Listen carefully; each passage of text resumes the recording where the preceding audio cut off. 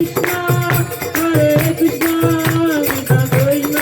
सबके सब शिव जी की पत्नियां हैं। कितने भी रूप ले लो, काली बोलो, दुर्गा बोलो, पार्वती बोलो, सती बोलो, इला बोलो, उमा बोलो, सब वही। तो प्रभु जी एक चीज और आपने हमें बताई थी प्रभु जी, वैष्णो देवी का आपने बताया था कि वो जो कल की अवतार आएगी वैष्णो माता, उनकी जो हाँ है वो प्रतीक्षा कर रही है, तो ये तो शिव जी की पत्नी है, ये उन कल की हाँ। अवतार की प्रतीक्षा कर रही है मैरिज के लिए, इसका कुछ प्लीज बताइए प्रभु जी। यहाँ पर वैष्णो देवी की बात नहीं हो रही है, यहाँ जी पर बात हो रही है महामाया की। वैष्णो देवी तो एक वैष्णवी है, यानी वो जी देवी जो है वो एक स्त्री थी जो कि जीव शक्ति है, और वो बैठ करके तपस्या कर रही थी भगवान रामचंद्र के काल में। जब भगवान राम वनों में विचरण कर रहे थे तो वहां पर उन्होंने देखा कि एक स्त्री बहुत दूर की तपस्या करे, तो हनुमान जी बोले देखो आपका नाम उच्चारण कर रही है, अपने भक्त से मिलिए प्रभु। तो भक्त मिलने गए, तो भगवान राम से बोलती है मैं आपसे विवाह करना चाहती हूँ। भगवान बोले मैं तो विवाह नहीं कर सकता हूँ क्योंकि मैंने एक पत्नी व्रत धारण किया है। तो बोले फिर कैसे होगा? भगवान बोले मैं अभी जा रहा हूँ अपनी पत्नी को रावण से बचाने, लौट कर आऊंगा, अगर तुम मुझे पहचान गई तो विवाह करूंगा वरना नहीं करूंगा। जब लौट कर आए तो भगवान ने अपना रूप एक साधु का पुरुष रूप बनाया और बोले हो स्त्री तपस्या कर रही हो, तुम कौन हो?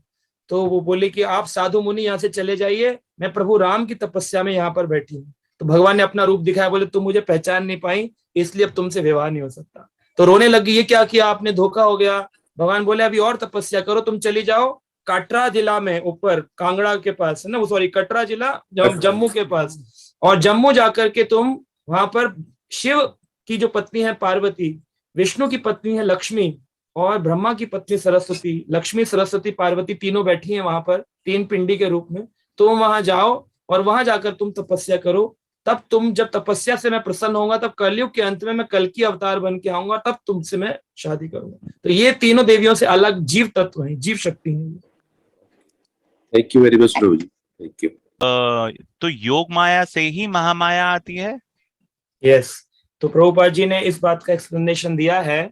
जब आप हाँ जी, पढ़ेंगे वस्त्र हरण लीला, जब हाँ गोपियां जो थी वो सारी की सारी गोपियां गई थी स्नान करने के लिए, हाँ और जी, नंद गोप उनके साथ विवाह करना चाहते थे, तो उन्होंने कात्यायनी व्रत का धारण किया। माघ शीर्ष के महीने में यानी दिसंबर के महीने में आधे जल के अंदर खड़े होकर के और कात्यायनी की पूजा करती थी। कात्यायनी महामाये, है ना, कात्यायनी माता को कहती हैं हे कृष्ण जो है नंद गोप सुतम देवी पति में कुरुतुम नमः, नंद के जो पुत्र हैं उनको हमारा पति बना दीजिए।